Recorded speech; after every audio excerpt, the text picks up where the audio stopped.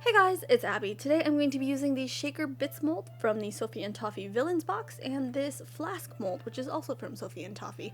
I'll leave a link down below. Anyway, I'm going to start by making the little shaker bits, and I really wanted to make use of this mold, and I didn't own that many shaker molds, so I'm kind of working with what I have. I thought about putting these in the bottle mold, or the bottle that came with the Villains box, but I don't know, it just didn't really seem to work out that well. So I'm making these, and we're going to put them in the little flask mold because I thought it kind of looked like a potion, which seemed, appropriate for a villain's theme charm. I think these little shaker bits will be fun to use, especially if you own a lot of shaker charm molds. And I also thought they could make really cute earrings, maybe? Anyway, I'm coloring the resin here. I actually go through this process 3 times, and the first 2 times are a fail.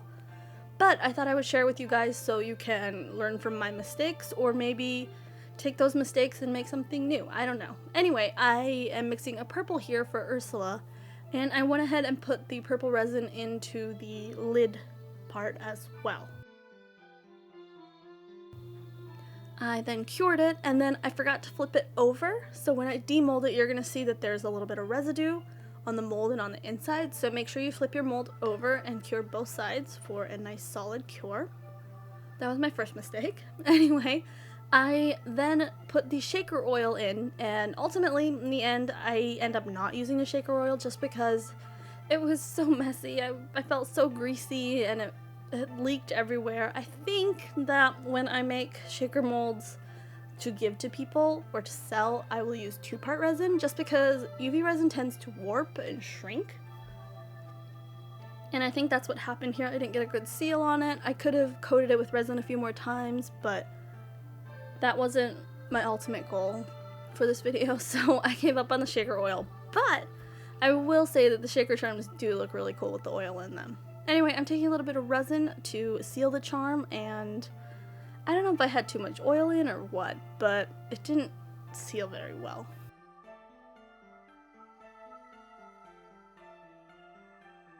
This is what the first piece turned out looking like, and as you can see, it's kind of hard to see the charm on the inside. So for the next piece, I use a clear lid. I'm coloring this one green for Maleficent, adding a little bit of pigment to give it a kind of deeper color.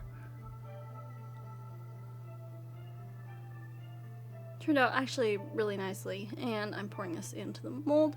And this mold, because there are some thin lines and stuff, you do want to kind of poke around with your tool and get all the air bubbles out. Curing that, and this time I cured both sides, so we have a nice solid cure here, you'll see that. And this mold is so cool. I really want to put different things in it, little maybe gemstones, and I think it could be really fun. Anyway, this mold was kind of small, so the pieces didn't fit very well. I would have liked to put more into one charm, but like I said, I was working with what I had. So anyway, we're sealing up the charm, and this one actually sealed pretty well. There was a leak at the top, so I had to seal that with more resin, but it's not impossible to make a nice shaker charm with UV resin. I just think 2-part resin would be less stress if you have the time to wait for it to cure. Anyway, this is my 3rd attempt, and I finally stopped using shrink plastic as my mixing palette because I was just wasting that, because when you cure the resin it doesn't peel off very nicely, so I switched to using some silicone molds, which do clean off very nicely. Anyway, I am remaking my little bits that I used in the first 2 charms because I decided I didn't like them, so you kind of get to see that again. I did find that it was kind of easy to get air bubbles in these bits because of the little crevices and corners. So you do want to be careful about that when you're filling it with resin. But overall, I think they turned out pretty nicely. They are matte, so I domed them with some clear resin so they'd be shiny because I knew I wasn't going to put shaker oil into these final pieces. Anyway, I'm making my purple resin again, and I'm just doing color in one side and then the clear lid again.